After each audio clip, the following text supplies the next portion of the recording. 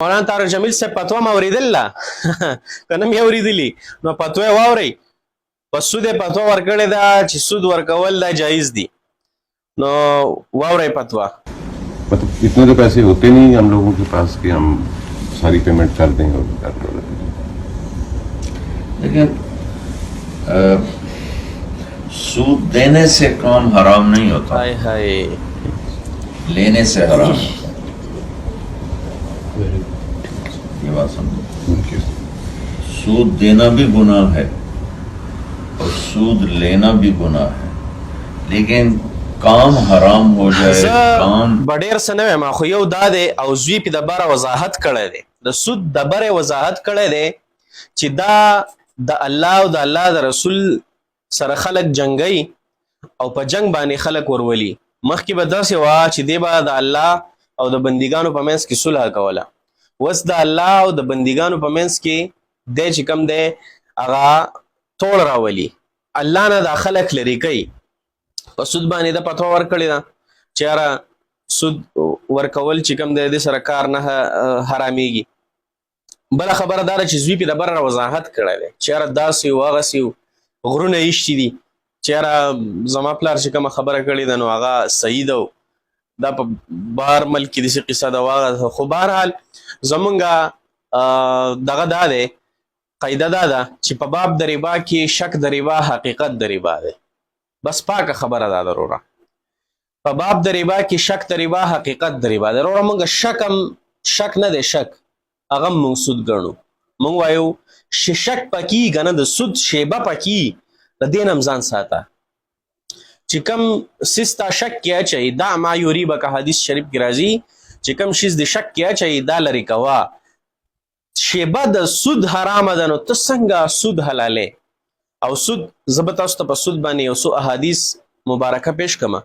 د رسول الله صلی الله علیه وسلم ګوره وای سود کې چې کم دی په سود کې 70 ګناهونه دي او د ټولو نه هلکا ګناه هغه دا ده چې یو سړی د خپلې مور سره زنا وکړي بس دا حدیث مبارکه دی هلکا ګناه دا ده چې یو سړی د خپلې مور سره زنا وکړي څوک چې سود کوي سود ورکولو والا سود اغستلو والا پوه شئ په خبره ښه دی وایي چې سود دینا او لینا او قیسه پیسه کوي که نه زه به دا ویم چې حدیث مبارک دی د حضرت عبدالله ابن مسعود رضی الله تعالی عنه هغه روایت کوي د نبی علیه الصلاة والسلام نه سود اغستلو والا سود ورکولو والا او په سود کې د ګواهي ورکولو والا او په سود دا معامله نه ده دا معامله دا سود دا معامله چې څوک لیکي یاره پیسې مې درکړې او تی ولیکه د سود دا معامله چې څوک لیکي په دې باندې سود ورکولو والا سود اغستلو والا د سود معامله لیکلو والا سود کې ګواهي ورکولو والا په دې ټولو د خدای تعالی لعنت دی په دې ټولو د خدای تعالی لعنت دی او مولانا طارق جمیل صاحب په تاسو دې هم د خدای تعالی لعنت وي چې تاسو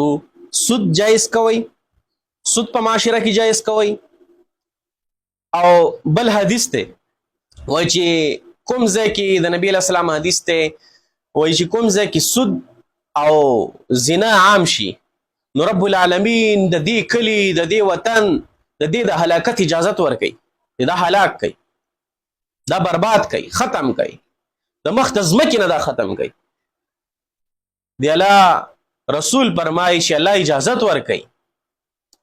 او دی چې کوم دی د سود عام کوي او بیا د بره پې راځي معافي نه غواړي بلکې د هغې وضاحتونه کوي چې ما چې کوم دی نو دا خبره داسې کړې ده او ما هغسې کړې ده نو سود دا لعنتي کار دی سود په معاشره کې انتهایی ګنده ترین کار دی موږ دا وایو چې د سود شیبه پکې راځي چې معمولی د نکومره شیبه پکې د سود راځي ځان ته ساتل پکار دي